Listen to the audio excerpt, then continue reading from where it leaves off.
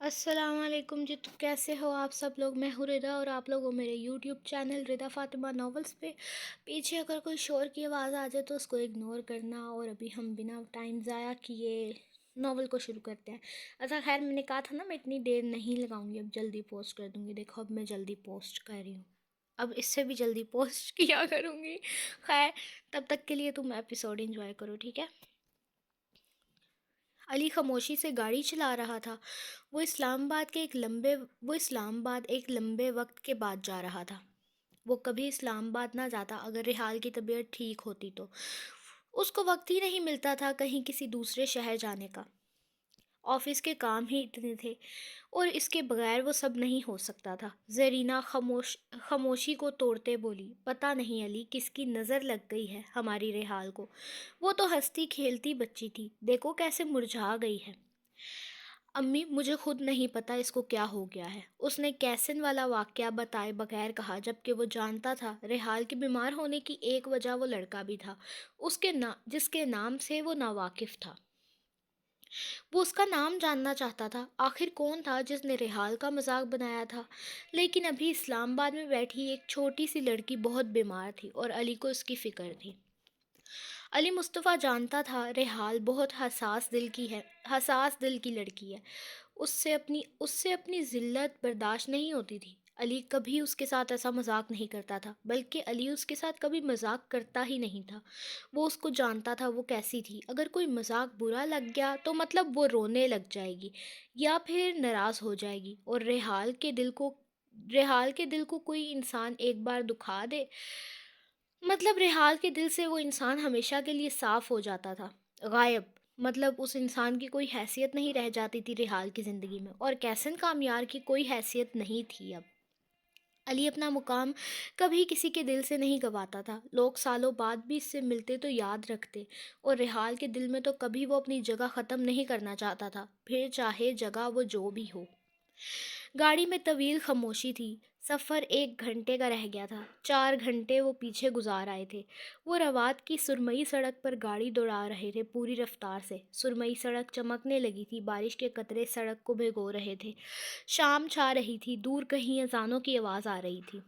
ریحال کے پاس کوئی نرس کھڑی تھی اور اس کے بازو میں کوئی سرنج ڈال رہی تھی، شاید اس کا خون نکالنے کے لیے، شاید کوئی ٹیسٹ ہو رہا تھا۔ اس کی امی پاس بیٹھی تھی، پریشان سی، اور اس کے بابا دروازے میں کھڑے تھے، ڈاکٹر سے کوئی بات کر رہے تھے۔ اس کے دونوں بھائی گھر میں تھے معراج کے پاس۔ سب تو ہاسپٹل نہیں آ سکتے تھے، فرحان صاحب نے منع کیا تھا دونوں بیٹوں کو اور معراج کو ہاسپٹل آنے سے، کہ ضرورت نہیں ہے، ویسے بھی کچھ دیر تک علی اور زرینہ باجی آنے والے ہیں۔ تو سلیمان اور عثمان خاموش ہو گئے تھے۔ ٹھیک ہے بابا، جیسا آپ کہیں، اور فون بند ہو گیا تھا۔ کیسن اپنے بیڈ پر لیٹا تھا، دماغ میں ریحال چل رہی تھی۔ پھر ایک دم یاد آیا کہ اس نے فرحان صاحب کا نمبر لیا تھا۔ سوچا ریحال کا حال پوچھ لیا جائے، اب وہ کیسی تھی۔ اس نے فون اٹھایا اور نمبر ملایا، دوسری طرف سے فون جلدی اٹھا لیا گیا تھا۔ ہیلو انکل، میں کیسن بات کر رہا ہوں۔ ہاں بولو بیٹا۔ فرحان صاحب کی آواز بہت ہلکی تھی، وہ پریشان تھے۔ انکل، ریحال کی طبیعت کیسی ہے؟ میں نے سوچا حال پوچھ لوں، آج وہ یونی بھی نہیں آئی تھی۔ اس کو ہاسپٹل لے کے آئے ہیں بیٹا، اس کی طبیعت خراب ہے، بیمار ہے وہ، اس کے ٹیسٹ ہو رہے ہیں، نمونیا اور ڈینگی کے۔ صبح صبح اس کو بہت بخار ہو گیا تھا، پھر ہم ہاسپٹل لے آئے۔ کیسن پریشان ہوا۔ اچھا، آپ اس کا خیال رکھیں، کچھ چاہیے تو بتا دیں مجھے۔ نہیں بیٹا، تمہارا شکریہ، اپنا خیال رکھو، اللہ حافظ۔ فرحان صاحب نے فون کاٹ دیا۔ کیسن اپنے بیڈ سے اٹھا، وہ ڈھیلے سے ٹراؤزر شرٹ میں تھا، خود کو آئینے میں دیکھا اور کمرے سے باہر نکل گیا۔ ابھی وہ باہر آیا ہی تھا جب کامیار حسن اور ساجدہ نے اس کو دیکھا۔ تم کہاں جا رہے ہو کیسن؟ کامیار نے پوچھا۔ ڈیڈ، ایک دوست کی طبیعت خراب ہے، ہاسپٹل داخل ہے، بس وہیں جا رہا ہوں۔ وہ جانے لگا تھا، کامیار حسن پھر بولے، تم کب سے اتنے اچھے ہو گئے کہ اپنے دوستوں کے حال پوچھنے ہسپتال چلے جاؤ بیٹا؟ یہ تانا نہیں تھا، سچ تھا، وہ ایسا ہی تھا۔ بس ایسے ہی ڈیڈ، سوچا آج پوچھ لوں، وہ کہتا باہر کو چلا گیا۔ ہاتھ میں گاڑی کی چابی تھی، اس نے ڈرائیونگ سیٹ سنبھالی۔ کچھ دیر بعد وہ ہاسپٹل میں موجود تھا۔ ریسیپشن سے ریحال کے بارے میں پوچھا اور اس کے روم میں داخل ہوا۔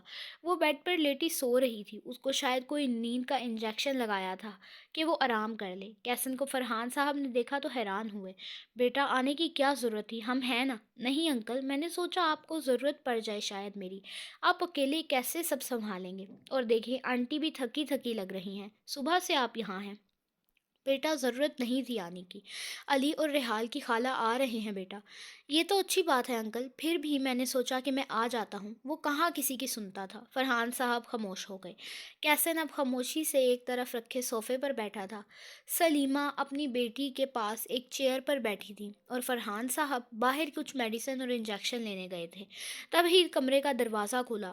ریحال جو تھوڑی دیر پہلے جگی تھی، کمرے میں داخل ہوتے شخص کو دیکھ کے رہ گئی۔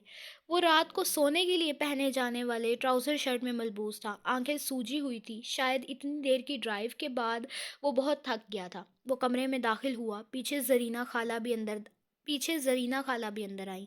وہ چلتا ہوا خاموشی سے ریحال کے قریب آیا اور اس کی اگلی حرکت پر اس کے ماں باپ اور سلیمہ حیران رہ گئیں۔ اس نے ریحال کے گال کو اپنے ہاتھ سے چھوا جیسے کوئی بڑا کسی چھوٹے بچے کو پیار کرتا ہے۔ ریحال ساکت رہ گئی۔ وہ ایسے کبھی نہیں کرتا تھا۔ جب سے وہ دونوں بڑے ہوئے تھے علی نے دوری اختیار کر لی تھی۔ پھر اب یہ گھڑی کی سوئیاں الٹی چل رہی تھی کیا؟ تم ٹھیک ہو؟ علی مصطفیٰ نے پوچھا۔ کیسن منہ کھولے دیکھ رہا تھا۔ ریحال کی آنکھوں میں آنسو آ گئے۔ وہ اس کے لیے 5 گھنٹے کا سفر کر کے آیا تھا صرف اس کا حال پوچھنے۔ ریحال نے گردن ہلا دی۔ علی نے اپنا ہاتھ پیچھے کر لیا۔ پھر جب دھیان گیا کہ سب اس کو دیکھ رہے ہیں تو سب کو گھور کے دیکھا۔ ایسے کیوں دیکھ رہے ہیں سب، جیسے میں نے کوئی نئی حرکت کر دی ہو؟ بچی بیمار ہے، جب چھوٹی ہوتی تھی تب بھی ایسے ہی حال پوچھتا تھا، بھول گئے ہیں کیا سب؟ علی نے گھور کے کہا۔ سب مسکرا دیے، بس کیسن ابھی تک وہیں ویسے ہی کھڑا تھا۔ نہیں بیٹا، ہم حیران تھے، تم کبھی ریحال سے بات ہی نہیں کرتے تھے۔ اب اتنے وقت بعد میں نے تمہارے میں پہلے والا علی دیکھا ہے۔ سلیمہ بول رہی تھی۔ علی خاموش رہا۔ پھر نظر کیسن پر پڑی۔ وہ حیران تھا۔ علی نے اس کو دیکھا۔ یہ تو ریحال کی یونی میں پڑھتا ہے نا؟ ہاں بیٹا، یہ کیسن ہے، کال پر دیکھا تھا نا تم نے، بس ریحال کا حال پوچھنے آیا تھا۔ علی خاموش ہو گیا۔ وہ کیوں اس کا حال پوچھنے آیا تھا؟ پھر علی نیلی آنکھوں والے لڑکے کی طرف آیا۔ ریحال خاموشی سے دونوں کو دیکھ رہی تھی۔ علی کا قد کیسن سے بڑا تھا۔ وہ کیسن کے مقابلے بہت حسین تھا، بلکہ کوئی مقابلہ ہی نہیں تھا علی مصطفیٰ کا کسی سے۔ ریحال کو ایسا ہی لگ رہا تھا۔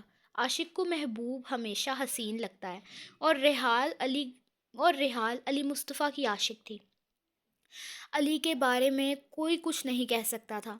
ممکن تھا یہ خیال جو وہ رکھ رہا تھا شاید بچپن کی یاد تازہ کر رہا تھا، اس سے زیادہ کچھ نہیں۔ ایسا سب کو وہیں بیٹھے یہی لگ رہا تھا۔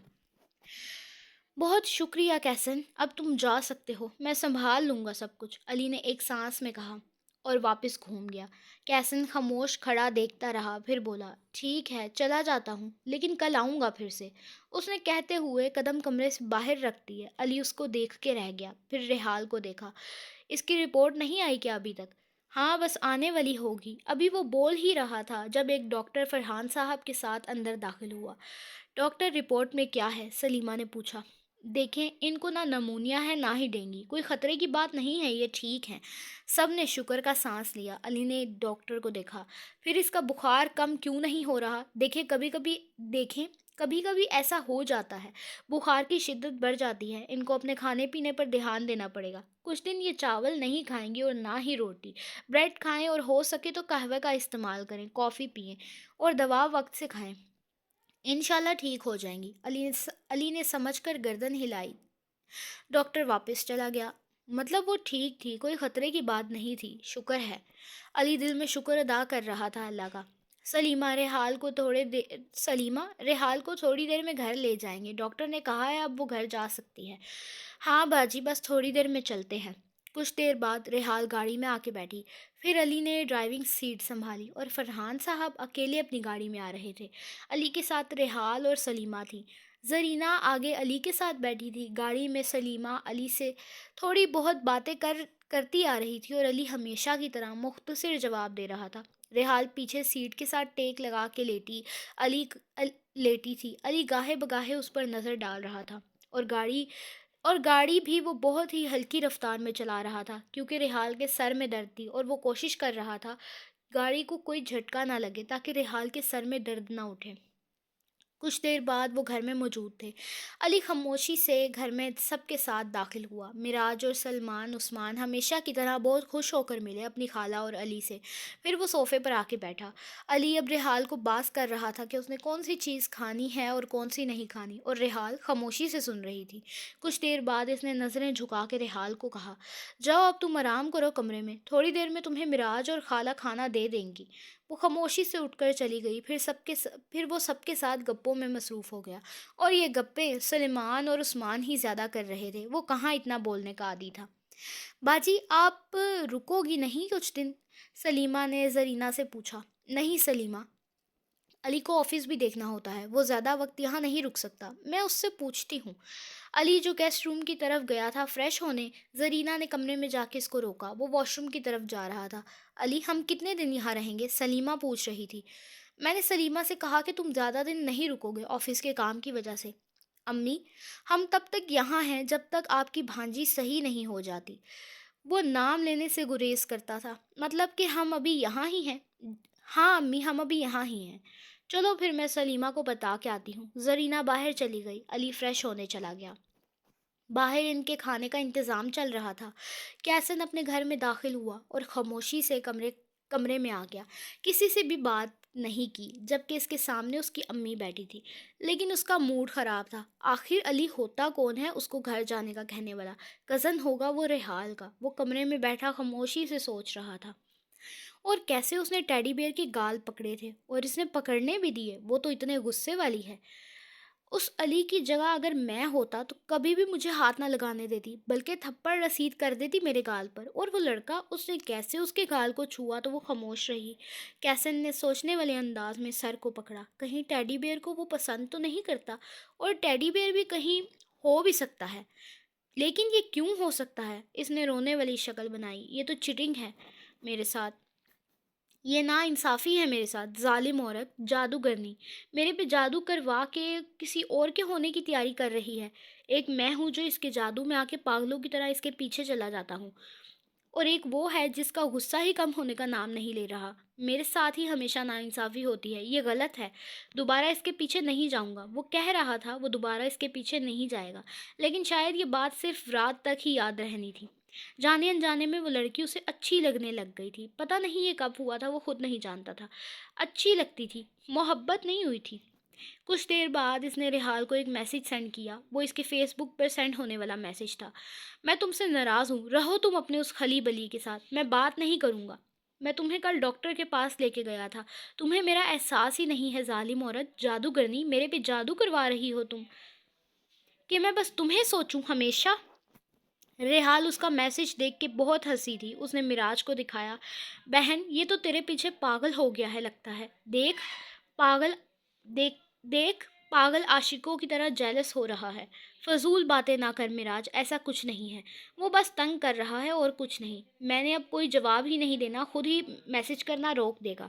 ہائے، مجھے آج پتہ چلا تو کتنی ظالم ہے ریحال، وہ صحیح کہتا ہے، تو ظالم ہے۔ ابھی وہ بول ہی رہی تھی جب کمرے کا دروازہ کسی نے بجایا۔ معراج نے دروازہ کھولا۔ آئیں علی بھائی، آ جائیں۔ معراج پیچھے ہو گئی۔ نہیں، کیا ریحال ٹھیک ہے؟ میں بس اس کا حال پوچھنے آیا تھا۔ معراج ہنس پڑی۔ آ جائیں اندر، خود دیکھ لیں۔ نہیں، بس تم بتا دو نا۔ سچ بتاؤں، وہ بہت بیمار ہے، اس کو بخار دوبارہ ہو رہا ہے، بہت زیادہ۔ کیا؟ علی حیران ہوا۔ اچھا ہٹو، میں خود دیکھتا ہوں، وہ کہتا کمرے میں داخل ہوا۔ وہ بیڈ پر بیٹھی تھی۔ علی اس کے پاس آیا، اس کے سر پر ہاتھ رکھ کے بخار چیک کیا۔ یہ تو ٹھیک ہے۔ علی نے معراج کو دیکھا۔ یہ مذاق اس کو پسند نہیں آیا تھا۔ ہاں یہ ٹھیک ہے، آپ ہی کمرے میں نہیں آ رہے تھے، سوچا اس کے لیے آ جائیں گے۔ کون سے زمانے میں جی رہے ہیں آپ کہ کسی کے کمرے میں نہیں آنا، خاص کر کے کسی لڑکی کے کمرے میں؟ معراج اب ہنس کے پوچھ رہی تھی۔ علی خاموش ہو کے اس کی باتیں سنتا رہا، پھر بولا، ہو گئی ختم تمہاری باتیں؟ جی ہو گئی، معراج نے ہنس کے کہا۔ ٹھیک ہے، خیال رکھو اپنی بہن کا۔ ارے آپ کی بھی تو بہن ہی ہے نا؟ معراج نے جان بوجھ کے علی کو چھیڑا۔ علی نے گھور کے دیکھا، بنا کچھ کہے کمرے سے باہر نکل گیا۔ زبان پر ہلکی آواز میں، لا حول ولا قوت الا باللہ پڑھتا باہر نکلا۔ وہ اس کی بہن تو نہیں تھی؟ معراج کا پیچھے سے اونچی آواز میں کہکا گونجا، اور پھر وہ ہنستی چلی گئی۔ خود ریحال بھی ہنس ہنس کے دوہری ہو رہی تھی۔ ہاں جی، تو کیسی لگی آج کی ایپیسوڈ؟ اور مجھے پتہ ہے آج کی ایپیسوڈ بہت چھوٹی سی ہے، ہو سکتا ہے میں شام کو ایپیسوڈ پوسٹ کر دوں اس کی دوبارہ سے دوسری والی، کیونکہ لکھی پڑی ہے میرے پاس۔ مجھے بڑی خوشی ہوتی ہے جب میں ٹائم سے پہلے ایپیسوڈ لکھ لیتی ہوں، اور پھر مجھے نا اندر سے وہ جلدی ایکسائٹمنٹ ہوتی ہے جلدی جلدی پوسٹ کروں۔ شاید میں شام کو ایپیسوڈ پوسٹ کر دوں، تب تک کے لیے تم لوگ اس سے گزارا کر لو، اور ہم آپ لوگوں سے میں آپ لوگوں سے بعد میں ملتی ہوں، ٹھیک ہے؟ اب تم لوگ تب تک کے لیے اسی سے گزارا کرو۔ اللہ حافظ۔